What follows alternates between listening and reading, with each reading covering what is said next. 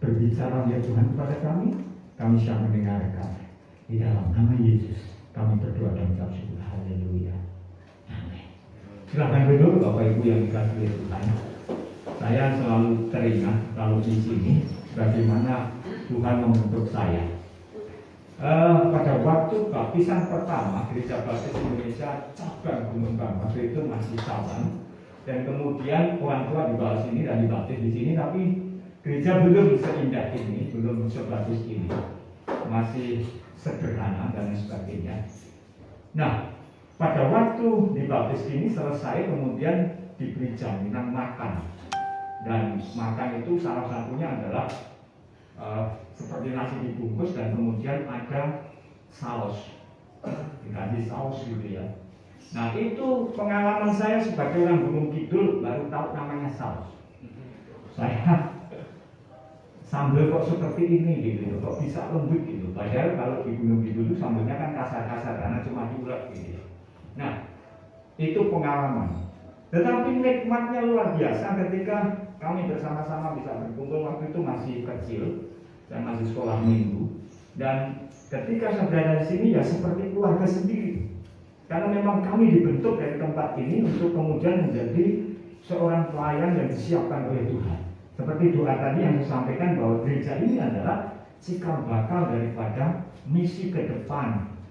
Ya, cikal bakal misi ke depan dimulai sejak gereja ini mulai ada dirintis sekitar tahun 60-an atau mungkin malah kurang daripada 60-an.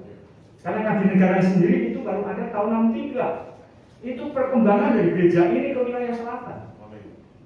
Nah, jadi Bapak Ibu yang dikasihi oleh Tuhan, dari apa yang saya jelaskan ini, paling tidak memberikan dorongan untuk kita ini mestinya harus berpegang teguh kepada satu mandat Tuhan yang besar bagi kehidupan kita sebagai umat Tuhan, sehingga kita boleh menjadi orang-orang pionir-pionir ke depan. Bagaimana gereja ini tetap memiliki hal yang sama. Kalau saya baca tema di sini, Tuhan siap menyambutmu ya segenap bumi. Ketika kita berbicara bumi, mungkin pikiran kita adalah tanah dan tempat yang kita injak ini. Tetapi kalau kita telusuri dalam kontekstual ayat ini, itu berbicara mengenai orang yang berada di bumi ini. Bagaimana dia adalah orang yang dipilih khusus oleh Tuhan.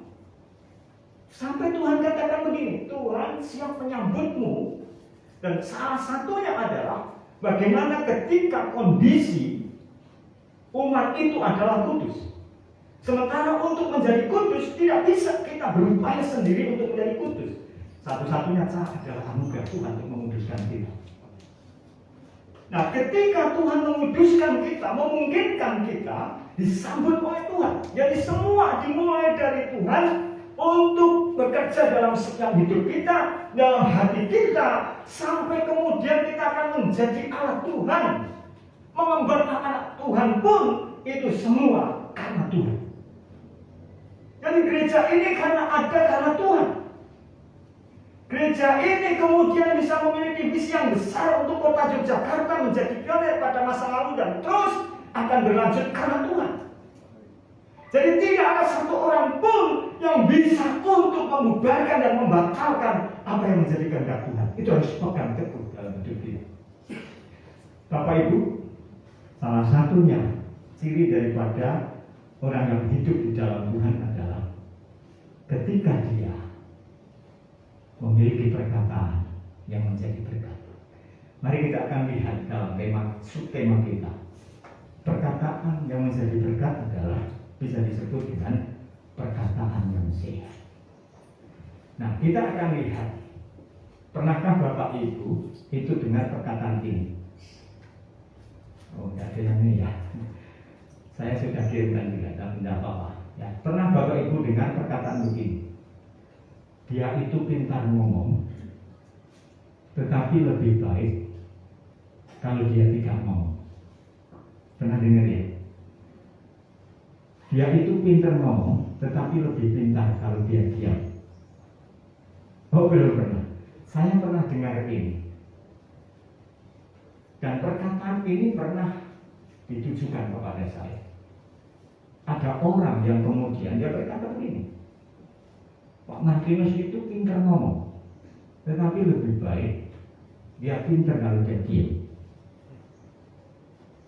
Kira-kira perasaan kita gitu, sakit, gerundel. Waktu saya mendengar itu betul, sakitnya bukan main. Kok begitu ya kan gitu? Kok sejauh itu gitu? Tapi itu tidak di Jogja, di Sumatera. Jadi kalau saya di Sumatera cerita Jogja, kalau saya di Jogja saya cerita Sumatera. Jadi kejadian terjadi seperti itu pada waktu rapat. Saya ngomong begitu. Nah, Bapak Ibu yang dikasih oleh Tuhan, kadang-kadang kita diperhadapkan dengan situasi dan kondisi di mana kadang-kadang bisa juga seseorang menyakitkan hati kita bukan karena pukulan dengan tangan dan kaki, tetapi bisa terjadi karena perkataan yang kadang itu lebih sakit daripada pukulan tangan. Sebagai orang-orang yang percaya yang masih punya hati, bisa juga mengalami hal seperti ini. Ada makna tembang Jawa syair yang judulnya Ojo Lamis. Siapa yang mengarang? Kinarto Sabdo ya. Nah, pernah dengar lagunya ini?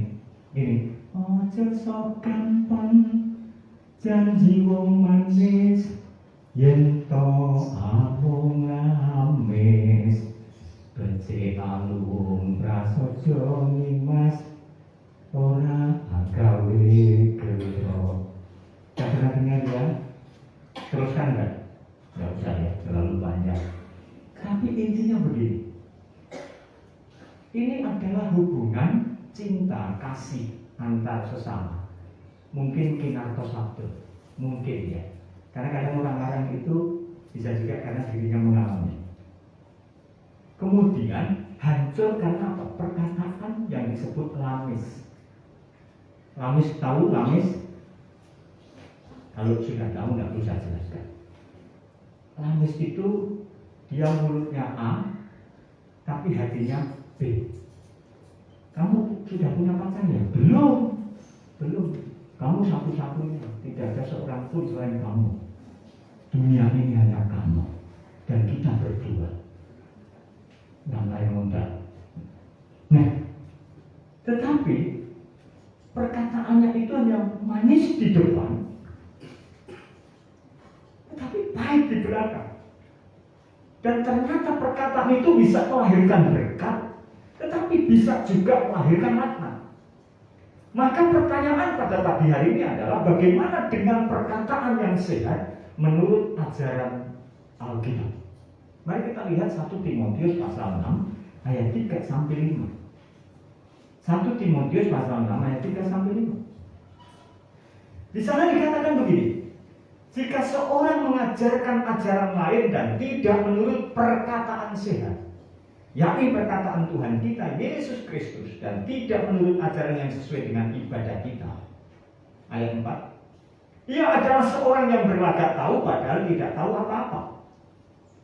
Penyakitnya ialah mencari-cari soal dan bersilat kata yang menyebabkan dengki, cedera, fitnah, curiga, percicokan antara orang-orang yang tidak lagi berpikiran sehat dan yang kehilangan kebenaran, yang mengira ibadah itu adalah suatu sumber keuntungan. Apa yang melatar belakangi daripada 1 Timotius yang ditulis di sini, 1 Timotius 6 ayat 3 sampai ayat yang kelima ini? Ini merupakan surat Rasul Paulus kepada Timotius, anak didiknya, yang bisa disebut sebagai pendeta muda, penerus generasi daripada Paulus. Dia memiliki tujuan penting ketika surat ini ditulis kepada Timotius. Yang pertama adalah memberikan dukungan dan sokongan hamba Tuhan muda ini dalam pelayanan, agar tetap tangguh dalam menghadapi guru-guru palsu yang muncul dalam lingkungan jemaat pada waktu itu. Yang kedua, Paulus menitipkan pesan kepada jemaat melalui Timotius ini, diantaranya Kalau kita bahas dalam surat ini, pertama adalah penyembahan yang benar. Yang kedua adalah persyaratan bagi pemilik jemaat dan diaken. Yang ketiga adalah hubungan dengan para janda. Bagaimana perhatian umat kepada para janda. Kemudian kepada tua-tua dan hamba. Tetapi juga soal bahaya mencintai uang, itu bahas di sini. Yang ketiga, Paulus menulis ini intinya adalah menasihati agar kehidupan jemaat Kristen itu tetap setia kepada Tuhan Yesus dan menjauhi perilaku yang jahat, tapi hidup dalam kekudusan. Ini yang ketiga. Yang keempat adalah salah satu perilaku jemaat yang disoroti Paulus adalah perkataan yang sehat. Di pasal 6 tadi. Perkataan yang sehat itu adalah perkataan yang sesuai dengan apa yang Yesus katakan.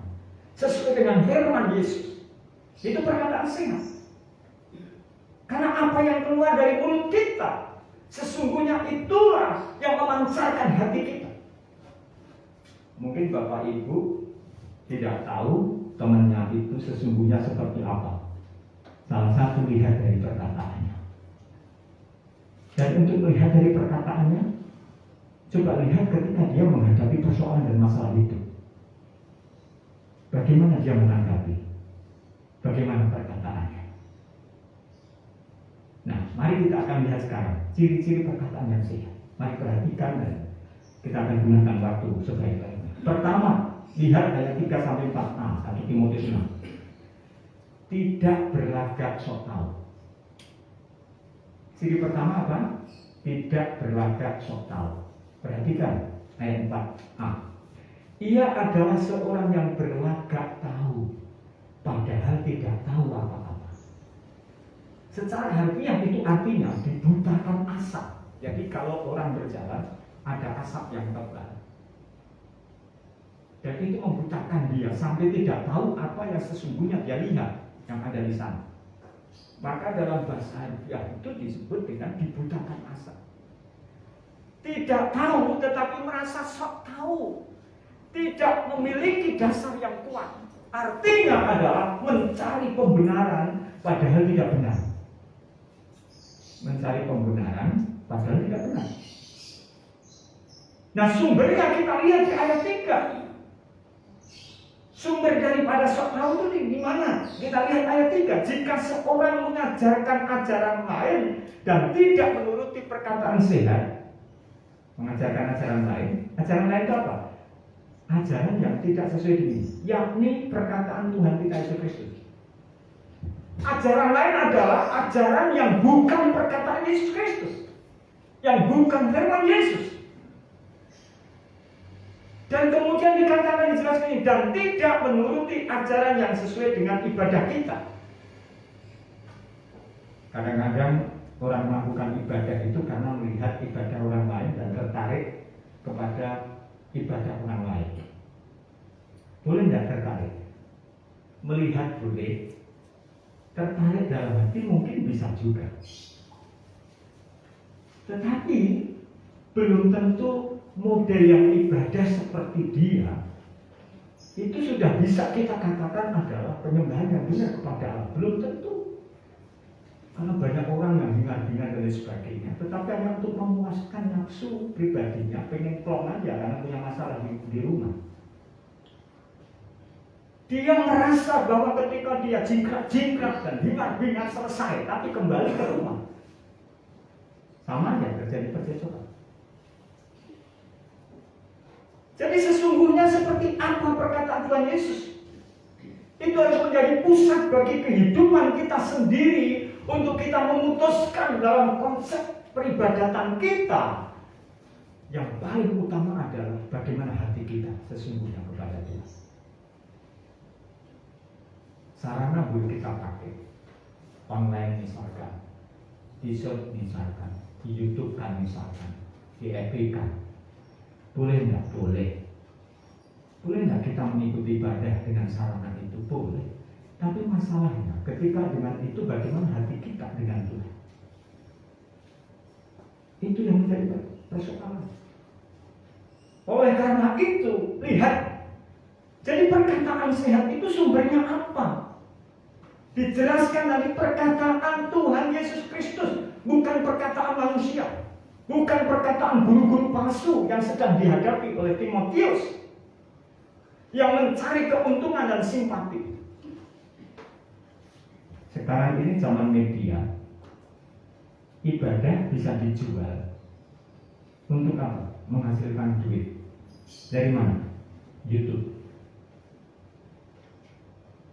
Sehingga yang ada di dalam benak hatinya ketika saya sampaikan ini ke media, bukan bagaimana menyembah dengan ketulusan kepada Tuhan, tapi bisa terjadi ketika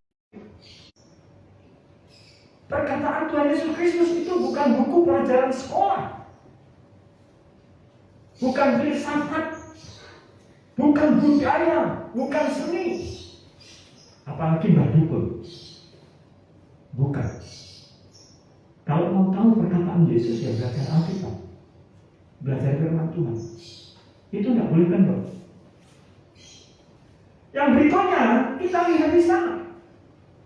Menuruti ajaran yang sesuai dengan ibadah kita, maksudnya adalah menegaskan bahwa ajaran Kristus adalah ajaran yang selalu memiliki kesalinan sebagai tujuannya. Itu ajaran Kristus. Bukan penghancuran, bukan penghinaan, bukan olok-olokan, bukan menjelekkan satu dengan yang lain. Kalau kita bandingkan 1 Timotius 2 ayat 1 sampai 2 dikatakan begini, pertama-tama aku menasihatkan, naikkanlah permohonan doa syafaat dan ucapan syukur untuk semua orang, tidak pandang bulu, untuk raja-raja dan untuk semua pembesar, agar kita dapat hidup tenang dan tentram dalam segala kesalehan dan kehormatan. Itu tujuan daripada peribadatan yang benar. Jadi bukan masalah dengan binarnya, bukan masalah lengkap musiknya. Bapak Ibu, saya itu bertobat bukan karena ada alat musik yang hebat. Di Gunung Kidul sana ketika memuji Tuhan, yang ngajarin kami itu kan dari Bapak Nuri. Jadi Bapak Rohani yang main sana, Bapak Stefanus Lidu itu tidak bisa bahasa Jawa. Jika kalau mau misalkan nyanyi bahasa Jawa yang ngajarin Bapak saya, lagunya kalau bahasa Indonesia begini, kemudian Jawa begini, dan dia kalau nyanyi itu bergerak-gerak aja, tidak bisa dengan baik, nadanya nggak pas dan sebagainya. Tapi kenapa bisa berdiri gereja Baptis Indonesia juga? Lupa. Siapa yang bisa menyangka? Padahal pujiannya Gusti Nuntun sambil tidur gitu ya. Lampang kulon. Berhenti sejenak gitu ya, karena ada hafal gitu. Ada musik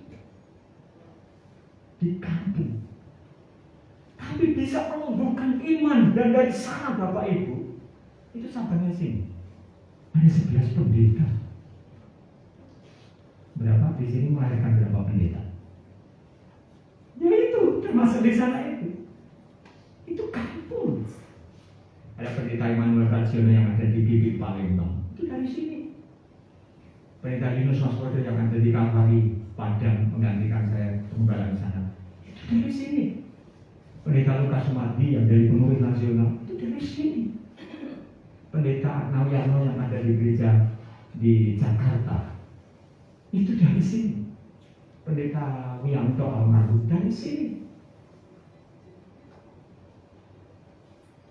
Sampai lupa. Padahal pujiannya sederhana. Jadi kalau begitu kita harus tahu sekarang, menuruti ajaran yang sesuai dengan ibadah kita, itu adalah hubungan yang sangat pribadi di antara kita dengan Tuhan. Bukan karena alatnya, sekalipun alat bisa dipakai. Bukan karena drumnya, bukan karena pianonya, bukan karena keyboardnya, bukan karena kursinya, bukan karena gedungnya, bukan. Sekalipun kita bisa punya gedung yang baik, alat musik yang baik, latihan dengan baik. Tapi sesungguhnya ibadah itu adalah hubungan yang paling pribadi dengan Tuhan. Itu yang akan mengubah hidup kita, termasuk dalam perkataan sehat kita. Berikutnya, kalau kita lihat dalam 1 Timotius 3:16 sebagai sebuah konteks untuk membahas ini, dikatakan di sana, dan sesungguhnya agunglah rahasia ibadah kita. Agung ibadah kita. Dia yang telah menyatakan dirinya Yesus dalam rupa manusia, dibenarkan dalam roh, yang menampakkan dirinya kepada malaikat-malaikat, diberitakan di antara bangsa-bangsa yang tidak mengenal Allah, yang dipercayai di dalam dunia, diangkat dalam kemuliaan. Yang diagungkan siapa? Yesus. Bukan manusia, bukan alatnya, bukan gedungnya, tapi Yesus. Karena ibadah yang paling pribadi itulah yang akan mengubah perkataan sehat kita, omongan kita, nyanyian kita yang sesungguhnya kepada Tuhan. Pertanyaan, ajaran yang benar yang bersumber kepada Yesus dan ibadah yang benar adalah menjadikan hidup itu apa? Tenang, tentram, dan harmonis. Benar enggak? Nah, kalau sampai ibadah kita, hubungan kita dengan Tuhan tidak menimbulkan ketenangan dan ketentraman, terhormat, maka pertanyaannya, sejauh mana kita beribadah? Oke. Jika hanya kelihatannya benar, itu tidak benar. Karena kebenaran selalu berdampak kepada kehidupan yang benar. Dan kebenaran kadang-kadang tidak perlu untuk dibela bahwa itu benar. Karena kebenaran itu bisa membela dirinya sendiri. Kebenaran firman Tuhan bisa membela dirinya sendiri. Maka tidak ada yang namanya pembelaan terhadap kebenaran firman Tuhan. Sekalipun ada apologet, itu untuk menjelaskan berkenaan dengan apa yang kita yakini. Tapi bukan karena kita menang dalam debat sebagai seorang apologet berarti firman Tuhan baru menjadi firman yang benar. Bukan. Maka sehebat apapun, sepintar apapun, sampai kemudian ada yang berkata kepada saya, Bapak Bikar ngomong, tetapi lebih baik Bapak diam. Dan itu maksudnya nanti. Akhirnya kemudian saya menyadari bahwa saya punya kekurangan. Dan ketika saya ngomong seperti itu, ternyata tidak semua adalah hal yang benar. Maka ketika saya masuk gereja baptis, saya senang. Karena gereja baptis itu gereja yang kongregasional, pemerintah. Kenapa? Kalau kita memahami kongregasional adalah lawan kita, maka kita tidak pernah kemudian kita mendapatkan hal yang baik. Tetapi ketika kongregasional itu dimaknai sebuah nilai, di mana setiap orang dipanggil oleh Tuhan menjadi pilihan Tuhan, maka perkataan dan usul hal-hal yang baik bisa ditemukan di situ dalam kongregasional. Karena seseorang dia tidak mungkin sebagai seorang yang super power untuk menentukan segala sesuatu paling benar. Hal itu manusia, hanya Tuhan yang paling super dalam hidup ini. Kalau kita bisa memaknai itu, saudara, tidak ada masalah. Contohnya ini, kalau orang memahami hanya kelihatannya benar tapi tidak benar. Misalkan PL, perjanjian lama, mungkin menurut sebagian orang seperti menyebut poligami, itu adalah benar. Tetapi pertanyaannya, apakah ada perintah untuk poligami di PL? Kan gitu. Maka kita harus cerdas. Apakah Tuhan setuju? Maka ketika datang Yesus kemudian, Yesus mengembalikan kepada pemahaman yang benar. Sekalipun dalam PL ada orang yang poligami, tetapi Yesus tidak menyetujui itu dan tidak pernah diperintahkan dalam PL. Tapi yang ada, kemudian Yesus apa yang telah dipersatukan Tuhan tidak boleh diceraikan oleh manusia. Hanya maut yang bisa memisahkan, dikembalikan kepada tujuan ketika Tuhan menciptakan Adam dan kemudian Hawa.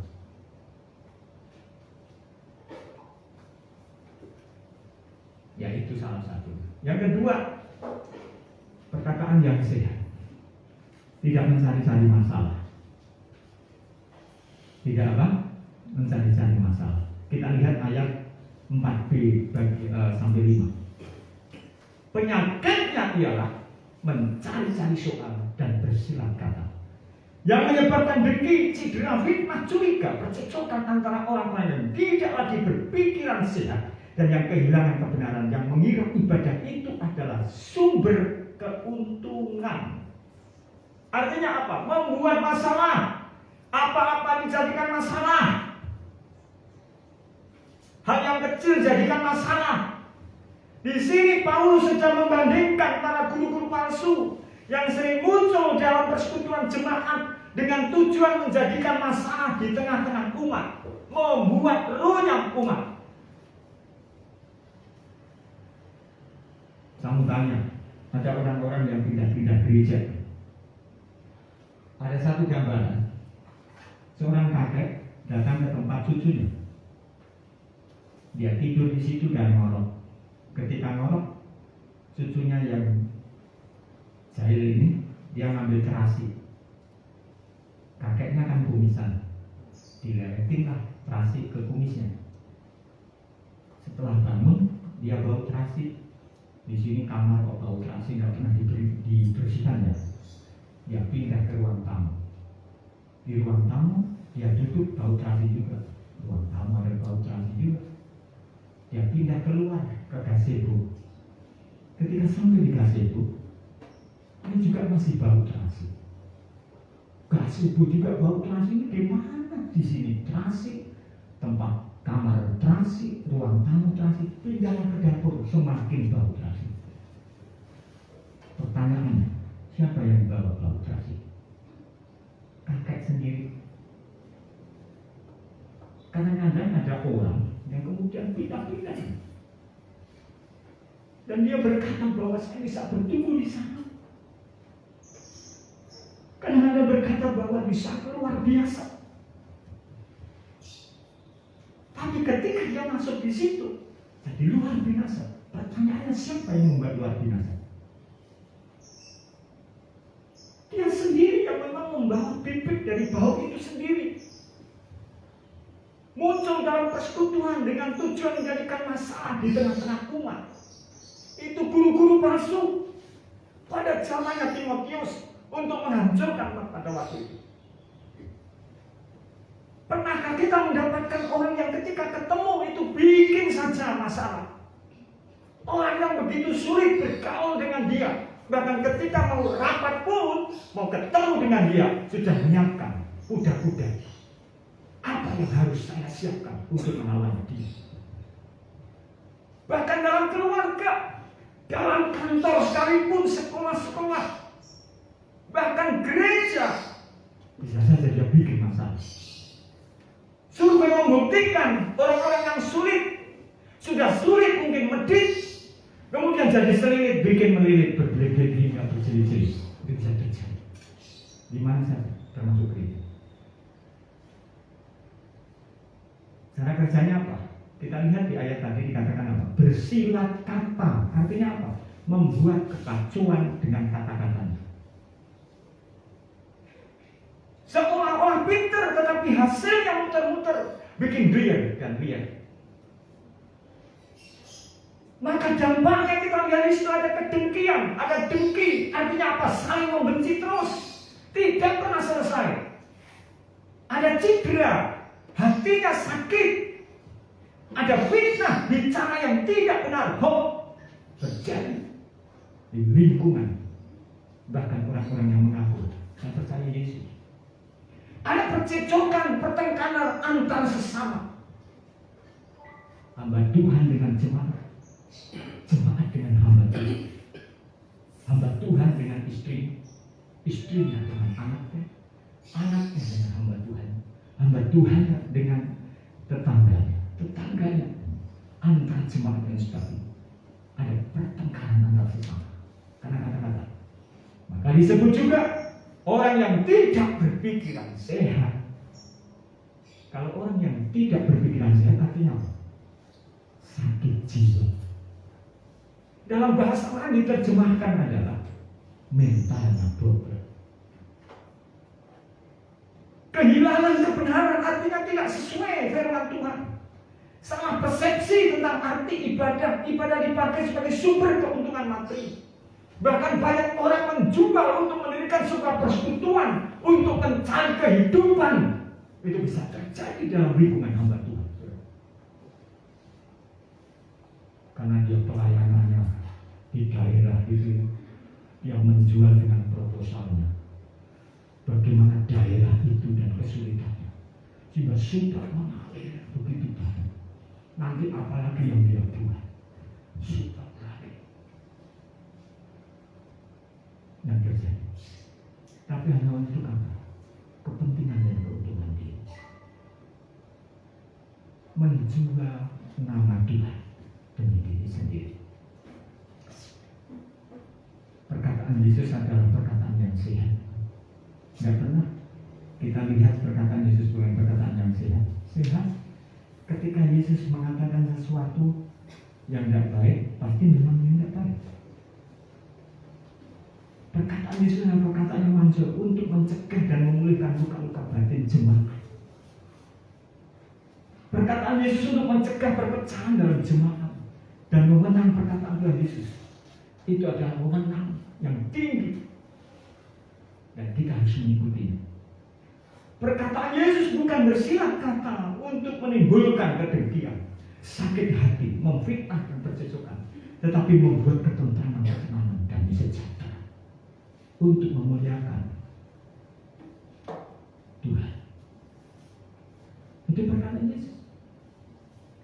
Saya 31 tahun dididik untuk melayani Tuhan. Jatuh bangunnya kehidupan dari perkataan. Ada orang yang kemudian tidak lagi mau bersekutu karena perkataan. Ada orang yang kemudian tidak akur suami dan istri karena perkataan. Ada orang yang kemudian tidak akur hamba Tuhan satu dengan hamba Tuhan yang lain karena perkataan. Ada orang yang kemudian tadinya begitu hebat dan luar biasa, tetapi kemudian hancur hidupnya karena perkataan. Maka hari ini, marilah kita belajar dengan Tuhan untuk berhikmat menyampaikan perkataan. Tuhan memberkati kita semua. Mari kita berdoa.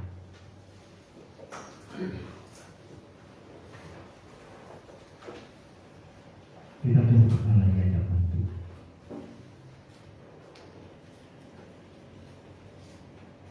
Tidak ada seorang pun yang sempurna di antara kita. Apapun kedudukan kita, termasuk saya sebagai pendeta.